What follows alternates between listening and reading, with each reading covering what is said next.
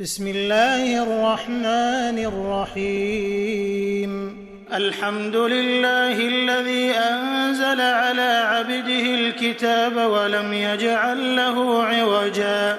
قيما لينذر بأسا شديدا من لدنه ويبشر المؤمنين الذين يعملون الصالحات أن لهم أجرا حسنا ماكثين فيه أبدا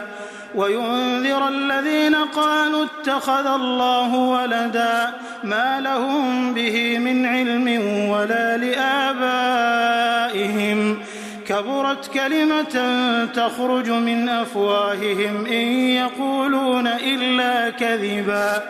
فلعلك باخع نفسك على آثارهم إن لم يؤمنوا بهذا الحديث أسفا إنا جعلنا ما على الأرض زينة لها لنبلوهم أيهم أحسن عملا وإنا لجاعلون ما عليها صعيدا جرزا أم حسبت أن أصحاب الكهف والرقيم كانوا من آياتنا عجبا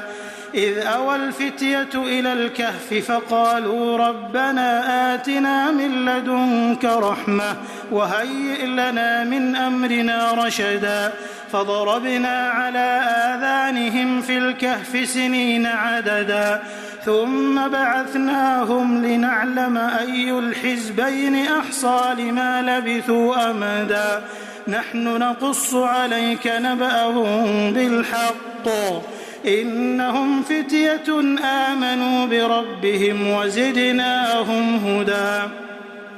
وربطنا على قلوبهم إذ قاموا فقالوا ربنا رب السماوات والأرض لن ندعو من دونه إلها لقد قلنا إذا شططا هؤلاء قومنا اتخذوا من دونه آلهة لولا يأتون عليهم بسلطان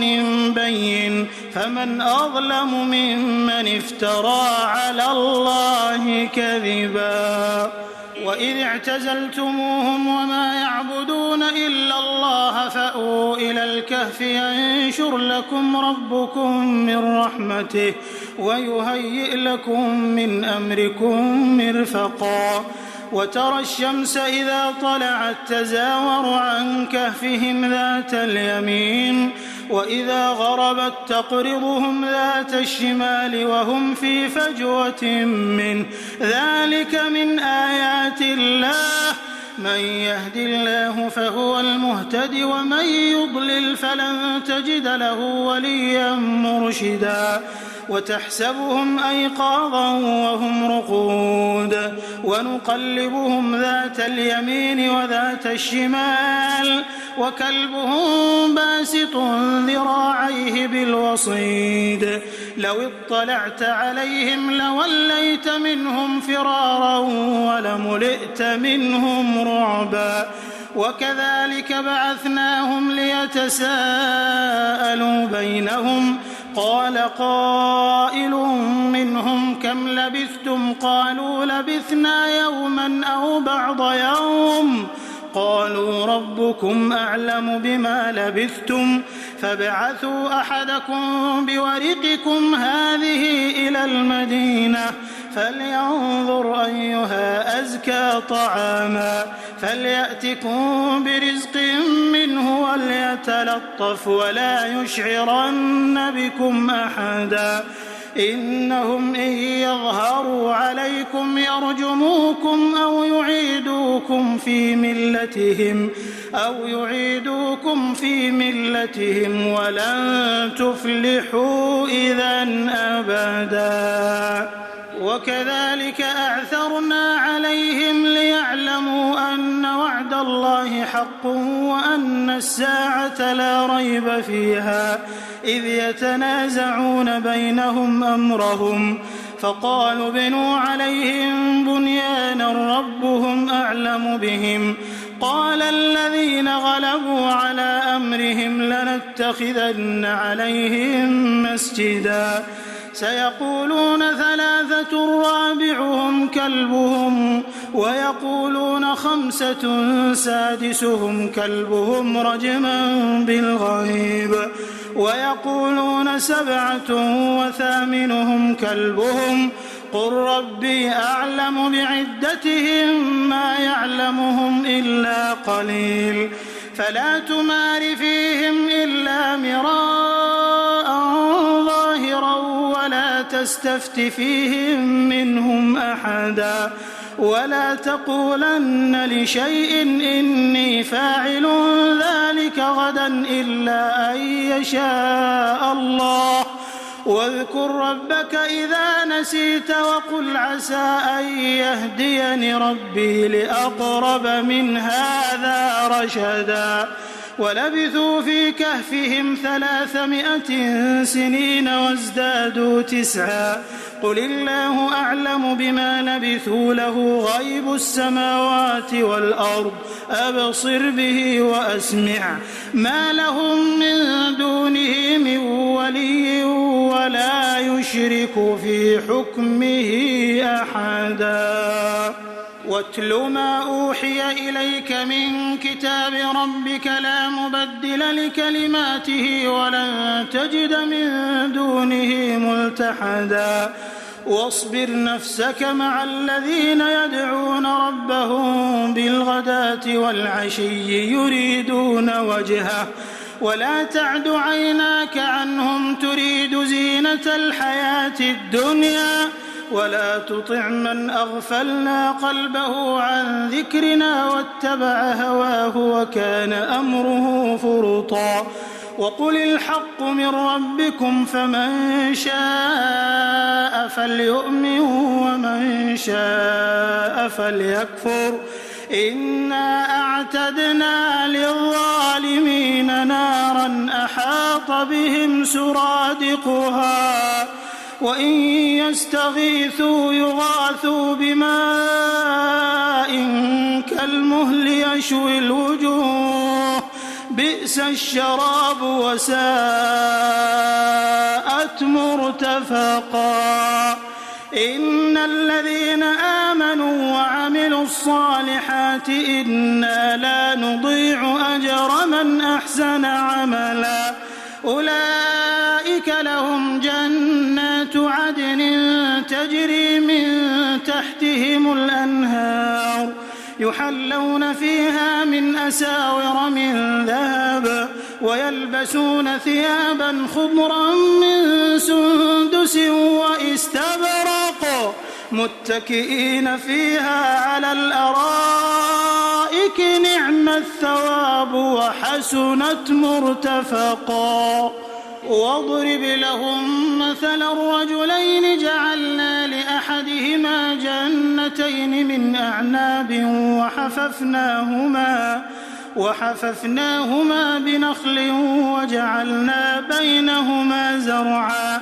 كلتا الجنتين آتت أكلها ولم تظلم منه شيئا وفجرنا خلالهما نهرا وكان له ثمر فقال لصاحبه وهو يحاوره أنا أكثر منك مالا وأعز نفرا ودخل جنته وهو ظالم لنفسه قال ما أظن أن تبيد هذه أبدا وما أظن الساعة قائمة ولئن رددت إلى ربي لأجدن خيرا منها منقلبا قال له صاحبه وهو يحاوره أكفرت بالذي خلقك من تراب ثم من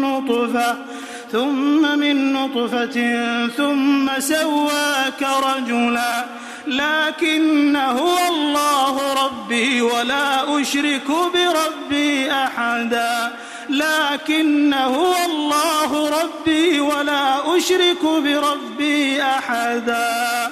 ولولا إذ دخلت جنتك قلت ما شاء الله لا قوة إلا بالله إن ترني أنا أقل منك مالا وولدا فعسى ربي أن يؤتيني خيرا من جنتك ويرسل عليها حسبانا من السماء فتصبح صعيدا زلقا أو يصبح ماؤها غورا فلن تستطيع له طلبا وأحيط بثمره فأصبح يقلب كفيه على ما أنفق فيها وهي خاوية على عروشها ويقول يا ليتني لم أشرك بربي أحدا ولم تكن له فئة ينصرونه من دون الله وما كان منتصرا هنالك الولاية لله الحق هو خير ثوابا وخير عقبا واضرب لهم مثل الحياة الدنيا كماء أنزلناه من السماء فاختلط به نبات الأرض فأصبح هشيما تذروه الرياح وكان الله على كل شيء مقتدرا المال والبنون زينة الحياة الدنيا والباقيات الصالحات خير عند ربك ثوابا وخير أملا ويوم نسير الجبال وترى الأرض بارزة وحشرناهم فلم نغادر منهم أحدا وعرضوا على ربك صفا لقد جئتمونا كما خلقناكم أول مرة بل زعمتم أن لن نجعل لكم موعدا ووضع الكتاب فترى المجرمين مشفقين مما فيه ويقولون يا ويلتنا ما لهذا الكتاب لا يغادر صغيرة ولا كبيرة إلا أحصاها ووجدوا ما عملوا حاضرا ولا يظلم ربك أحدا وإذ قلنا للملائكة اسجدوا لآدم فسجدوا إلا إبليس كان من الجن ففسق عن أمر ربه أفتتخذونه وذريته أولياء من دوني وهم لكم عدو بئس للظالمين بدلا ما أشهدتهم خلق السماوات والأرض ولا خلق أنفسهم وما كنت متخذ المضلين عضدا ويوم يقول نادوا شركائي الذين زعمتم فدعوهم فلم يستجيبوا لهم وجعلنا بينهم موبقا ورأى المجرمون النار فظنوا أنهم مواقعوها ولم يجدوا عنها مصرفا ولقد صرفنا في هذا القرآن للناس من كل مثل وكان الإنسان أكثر شيء جدلا وما منع الناس أن يؤمنوا إذ جاءهم الهدى ويستغفروا ربهم إلا أن تأتيهم سنة الأولين أو يأتيهم العذاب قبلا وما نرسل المرسلين إلا مبشرين ومنذرين ويجادل الذين كفروا بالباطل ليدحضوا به الحق واتخذوا آياتي وما أنذروا هزوا ومن أظلم ممن ذكر بآيات ربه فأعرض عنها ونسي ما قدمت يداه إنا جعلنا على قلوبهم أكنة أن يفقهوه وفي آذانهم وقرا وإن تدعهم إلى الهدى فلن يهتدوا إذا أبدا وربك الغفور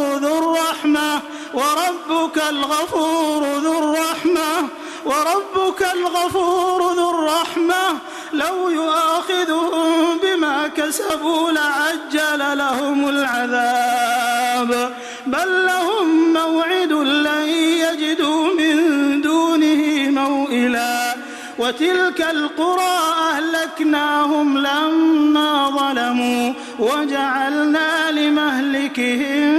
موعدا وإذ قال موسى لفتاه لا أبرح حتى أبلغ مجمع البحرين أو أمضي حقبا فلما بلغا مجمع بينهما نسيا حوتهما فاتخذ سبيله في البحر سربا فلما جاوزا قال لفتاه آتنا غداءنا لقد لقينا من سفرنا هذا نصبا قال أرأيت إذ أوينا إلى الصخرة فإني نسيت الحوت وما أنسانيه إلا الشيطان أن أذكره واتخذ سبيله في البحر عجبا قال ذلك ما كنا نبغي فارتدا على آثارهما قصصا فوجدا عبدا من عبادنا آتيناه رحمة من عندنا وعلمناه من لدنا علما قال له موسى هل أتبعك على أن تعلمني مما علمت رشدا قال إنك لن تستطيع معي صبرا وكيف تصبر على ما لم تحط به خبرا قال ستجدني إن شاء الله صابرا ولا أعصي لك أمرا قال فإن اتبعتني فلا تسألني عن شيء حتى أحدث لك منه ذكرا فانطلقا حتى إذا ركبا في السفينة خرقها قال أخرقتها لتغرق أهلها لقد جئت شيئا إمرا قال ألم أقل إنك لن تستطيع معي صبرا قال لا تؤاخذني بما نسيت ولا ترهقني من أمري عسرا فانطلقا حتى إذا لقيا غلاما فقتله قال أقتلت نفسا زكية بغير نفس لقد جئت شيئا نكرا قال ألم أقل لك إنك لن تستطيع معي صبرا قال إن سألتك عن شيء بعدها فلا تصاحبني قد بلغت من لدني عذرا فانطلقا حتى إذا أتيا أهل قرية استطعما أهلها فأبوا أن يضيفوهما فوجدا فيها جدارا يريد أن ينقض فأقامه قال لو شئت لاتخذت عليه أجرا قال هذا فراق بيني وبينك سأنبئك بتأويل ما لم تستطع عليه صبرا أما السفينة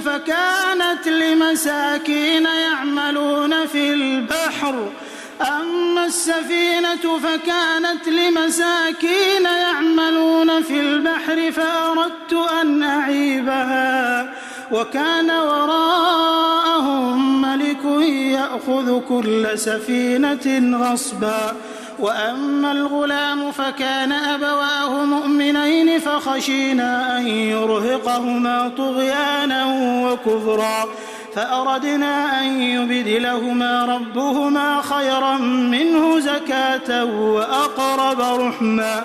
وأما الجدار فكان لغلامين يتيمين في المدينة وكان تحته كنز لهما وكان أبوهما صالحا فأراد ربك أن يبلغا أشدهما ويستخرجا كنزهما رحمة من ربك وما فعلته عن أمري ذلك تأويل ما لم تسطع عليه صبرا ويسألونك عن ذي القرنين قل سأتلو عليكم منه ذكرا إنا مكنا له في الأرض وآتيناه من كل شيء سببا فأتبع سببا حتى إذا بلغ مغرب الشمس وجدها تغرب في عين حمئة ووجد عندها قوما قلنا يا ذا القرنين إما أن تعذب وإما أن تتخذ فيهم حسنا قال أما من ظلم فسوف نعذبه ثم يرد إلى ربه فيعذبه عذابا نكرا وأما من آمن وعمل صالحا فله جزاء الحسنى وسنقول له من أمرنا يسرا ثم أتبع سببا حتى إذا بلغ مطلع الشمس وجدها تطلع على قوم لم نجعل لهم من دونها سترا كذلك وقد أحطنا بما لديه خبرا ثم أتبع سببا حتى إذا بلغ بين السدين وجد من دونهما قوما لا يكادون يفقهون قولا قالوا يا ذا القرنين إن يأجوج ومأجوج مفسدون في الأرض فهل نجعل لك خرجا على أن تجعل بيننا وبينهم سدا قال ما مكني فيه ربي خير فأعينوني بقوة أجعل بينكم وبينهم ردما آتوني زبر الحديد حتى إذا ساوى بين الصدفين قال انفخوا حتى إذا جعله نارا قال آتوني أفرغ عليه قطرا فما استطاعوا أن يظهروه وما استطاعوا له نقبا قال هذا رحمة من ربي فإذا جاء وعد ربي جعله دكاء وكان وعد ربي حقا وتركنا بعضهم يومئذ يموج في بعض ونفخ في الصور فجمعناهم جمعا وعرضنا جهنم يومئذ للكافرين عرضا الذين كانت أعينهم في غطاء عن ذكري وكانوا لا يستطيعون سمعا أفحسب الذين كفروا أن يتخذوا عبادي من دوني أولياء إنا أعتدنا جهنم للكافرين نزلا قل هل ننبئكم بالأخسرين أعمالا الذين ضل سعيهم في الحياة الدنيا وهم يحسبون أنهم يحسنون صنعا كفروا بآيات ربهم ولقائه فحبطت أعمالهم فلا نقيم لهم يوم القيامة وزنا ذلك جزاؤهم جهنم بما كفروا واتخذوا آياتي ورسلي هزوا إن الذين آمنوا وعملوا الصالحات كانت لهم جنات الفردوس نزلا خالدين فيها لا يبغون عنها حولا قل لو كان البحر مدادا لكلمات ربي لنفد البحر قبل أن تنفد كلمات ربي ولو جئنا بمثله مددا قل إنما أنا بشر مثلكم يوحى إلي أنما إلهكم إله واحد فمن